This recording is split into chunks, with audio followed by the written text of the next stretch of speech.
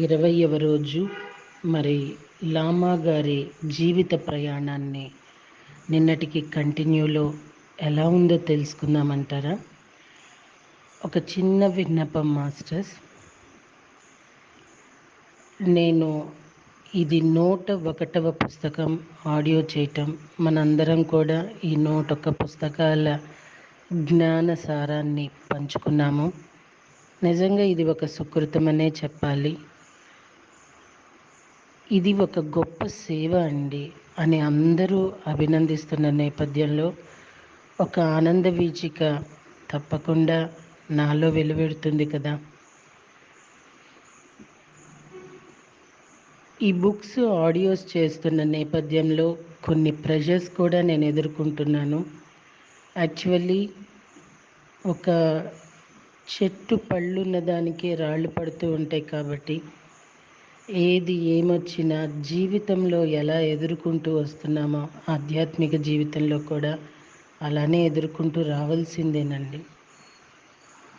భౌతిక జీవితానికి ఏం తీసిపోదు ఆధ్యాత్మిక జీవితం. కాకపోతే భౌతిక జీవితంలో వెల్లడించే అవకాశం ఉంటుంది, ఆధ్యాత్మిక జీవితంలో వెల్లడించలేని అవకాశం ఉంటుంది. సో ఎవరి సేవ వాళ్ళది. ఒకరి సేవకు ఒకరు అడ్డొస్తున్నారు అంటే అడ్డొచ్చే వాళ్ళు ఇంకా ఎదగాల్సిన స్థితిలో ఉన్నారు అనే అర్థం. ఏది ఏమైనప్పటికీ నేను ఫస్ట్ నుండి చేస్తున్న ఆడియోస్కి ఇప్పుడు ఆడియోస్కి చాలా వ్యత్యాసం ఉంది. నమస్కరిస్తూ ఆడియో నెంబర్ చెప్తూ అలా చెప్తూ ఎండింగ్ కూడా తెలియచేస్తూ ఉండేదాన్ని. కంపల్సరీగా నా పేరు కూడా తెలియచేస్తూ ఉండేదాన్ని. బట్ ఇప్పుడు వస్తున్న ఆడియోస్లో ఎక్కడ నా పేరు కూడా వినిపించదు. ఎందుకంటే మాస్టర్స్, ఎప్పుడు ఒక ప్రత్యేకత ఉండాలి. ఎవరినో అనుసరించటం ఎప్పుడు నాకు ఇష్టం ఉండదు. నేను ఒకప్పుడు రచనలు చేసేటప్పుడు కూడా నా వరకు నేను ఆ వీక్లీస్ మంత్లీస్లో చూసేసి పక్కన పెట్టేస్తే మా అమ్మగారు అందరి చదవాలి అప్పుడే నీకు ఇంకా తెలుస్తుంది అనేవాళ్ళు. అది 100% రైట్. పత్రిజీ కూడా అందరి తెలుసుకోవాలి అంటారు. బట్ నా తత్వం ఏంటో నాకు తెలియదు. నా మీద ఎవరిది ప్రభావం ఉండటం నాకు ఇష్టం ఉండదండి. నా వేలో నేను వెళ్ళడమే నాకు ఇష్టం. ఇది అహంకారంగా తీసుకుంటే నేనేం చేయలేను. బట్ నాది ఉన్నది ఉన్నట్టు నా వాళ్ళైన ఆత్మబంధువులతో ఎప్పుడూ పంచుకుంటూ ఉంటా. ఎప్పుడూ ఫెయిర్గా ఉంటే మనకి ఏ రోగాలు రావు కదా. సో అండి, ఒకరిని అనుసరించటము అనుకరించటం అనేది నాకు ఇష్టం లేని విషయం. నా వేలో నేను వెళ్ళిపోతూ ఉంటాను. ఈ వే మనందరి వే కాబట్టి అందరికీ నచ్చుతుంది కాబట్టి అందరూ స్వీకరిస్తున్నారు. సో అండి, ఎప్పుడైనా ఏదైనా తెలియచేయాలి అంటే తప్పకుండా తెలియచేయవచ్చు. అది నాకు సాధ్యమైతే నేను తప్పకుండా అవలంబిస్తాను. ఎనీహౌ అండి, ఇంత చక్కటి అనూహ్యమైన స్పందన మీ నుండి నేను అందుకోవటం అనేది కూడా నా భాగ్యంగానే నేను భావిస్తున్నాను. సో ఇప్పుడు మనం ప్రస్తుతం 2 బుక్స్ ఆడియోస్ చేసుకుంటున్నాము. ఒక హిమగిరి గురువర్యులకు శిష్యుడైన యోగి స్వీయ కథ శ్రీ ఎం గారిది. ఆ పుస్తకం ఈ పుస్తకం 2 యోగులకు సంబంధించి అవ్వటం, ఒకేసారి అందుకోవటం అనేది కూడా కాకతాళీయం కాదు మాస్టర్స్. జరుగుతున్న ప్రతి దానికి కార్యకారణ సంబంధం ఉంటుంది అనేది నా ఈ ప్రయాణంలో నేను అర్థం చేసుకుంటున్నది. ఆమె రైట్ అండి. ఎప్పుడైనా మాస్టర్స్ మనిషి ఎదుగుతూ ఉండాలి.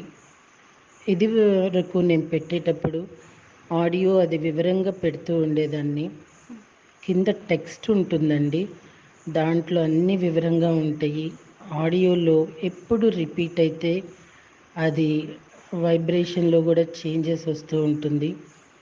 సో మార్పుని స్వాగతించగలగాలి. స్వాగతించలేకపోతున్నాము, ఒకటే ముద్ర కావాలి అనుకుంటున్నామంటే మనం ఎదగలేము.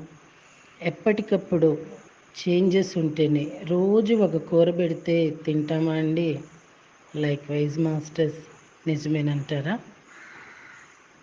నేనెప్పుడూ నీకు ఇచ్చిన సూచనలు గుర్తుకు తెచ్చుకొని ఈ విషయం అడుగుతున్నావా? లేక నీకేమైనా దివ్య సందేశం అందడం వల్ల ఇలా వచ్చావా అని నరోప గారు ఆయన అడిగారు.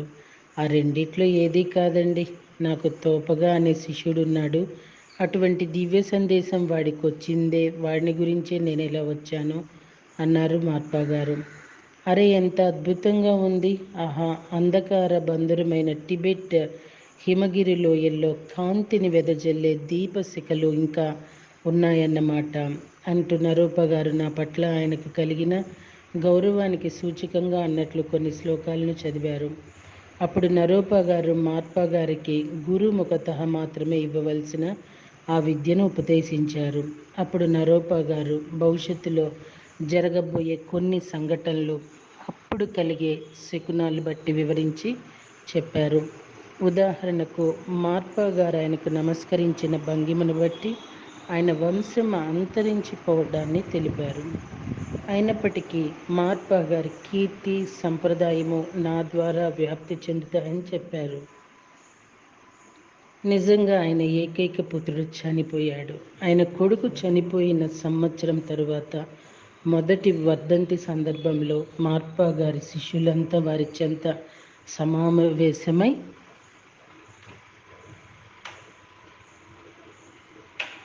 ఓకే మాస్టర్స్,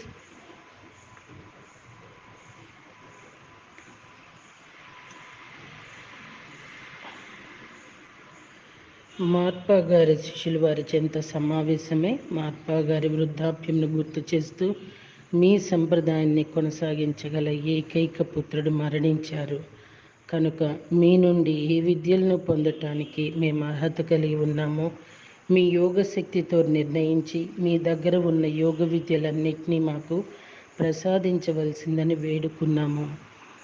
మహాత్మా గారిలా అన్నారు, నేనెప్పుడూ మనకు వచ్చే శుభశకునాలను స్వప్నాలను అనుసరించి ఉపదేశాలు ఇస్తానని మీకు తెలుసు కదా.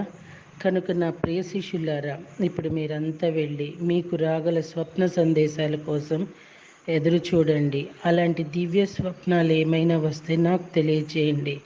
మేమంతా వెళ్ళి మాకు దివ్య సందేశాలు మాత్రమే వచ్చేలాగా నిద్రపోయే ముందు ధ్యానిస్తూ కొన్ని రోజులు గడిపాము. కానీ నాకు తప్ప ఎవరికీ కూడా మా గురువు పరంపర నుండి ఎలాంటి సందేశం వచ్చినట్లు కనబడలేదు. నాకు వచ్చిన స్వప్నాన్ని గురించి వెంటనే నా గురువు గారితో ఇలా చెప్పాను. నిన్నటి రాత్రి నాకు ఒక కల వచ్చింది. అందులో ఉత్తరంగా ఉన్న కొండ శిఖరం మీద నేను నిలబడి ఉన్నాను.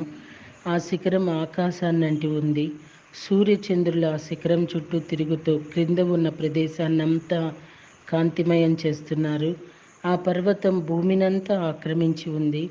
పర్వతం 4 వైపులా జలపాతాలున్నాయి. వాటి నుండి సర్వ జీవరాశులకు సరిపోయేటంత నీరు ప్రవహిస్తోంది. ఆ 4 నదులు పోయి సముద్రంలో కలుస్తున్నాయి. సముద్రపు ఒడ్డంతా వికసించిన చక్కటి పూలతో నిండి ఉంది. ఆ పర్వతానికి తూర్పు వైపున పెద్ద స్తంభాల మీద జూలుగల సింహం ఒకటి అటూ ఇటూ తిరుగుతూ ఉంది. దాని కాళ్లకున్న పెద్ద గోళ్ళు పర్వతపు అంచుల్లోకి దిగిపోతున్నాయి. దాని ముఖం ఆకాశం వైపుకు తిరిగి ఉంది. అలా కాసేపు కనిపించి స్తంభం మీద నుండి కిందికి దిగి పర్వత సానువుల్లో అటు ఇటు తిరుగుతూ కనిపించింది. దక్షిణంగా ఉన్న మరో స్తంభం మీద పెద్ద ఆడపులి నిల్చొని ఉంది. దాని శరీరం మీద చారలెంతో అందంగా ఉన్నాయి. అది తలపైకెత్తి చూస్తూ ఉంది. తర్వాత ఇది కూడా ఇష్టమైన రీతిని తిరుగుతూ కనిపించింది. తర్వాత హఠాత్తున ఎగిరింది. పశ్చిమ దిశగా మరో స్తంభం ఉంది. దాని మీద బ్రహ్మాండమైన గ్రద్దవాలి ఉంది. అది రెక్కలు చాచుకొని ఊర్ధ్వలోకాల వైపుకు చూస్తోంది. తర్వాత అది కూడా ఇష్టమైన రీతిని తిరుగుతూ కనిపించింది. హఠాత్తుగా ఎగిరి సూటిగా ఆకాశంలోకి వెళ్ళిపోయింది. ఉత్తర దిశగా ఉన్న స్తంభం మీద ఒక రాబందు ఉన్నది. అది కూడా రెక్కలు చాచుకొని ఉంది. అక్కడున్న కొండరాయి మీద దానికి గూడు ఉంది. ఆ గూట్లో దాని పిల్లలున్నాయి. అది కూడా పైకి చూస్తున్నదల్లా ఆకాశంలోకి ఎగిరిపోయింది.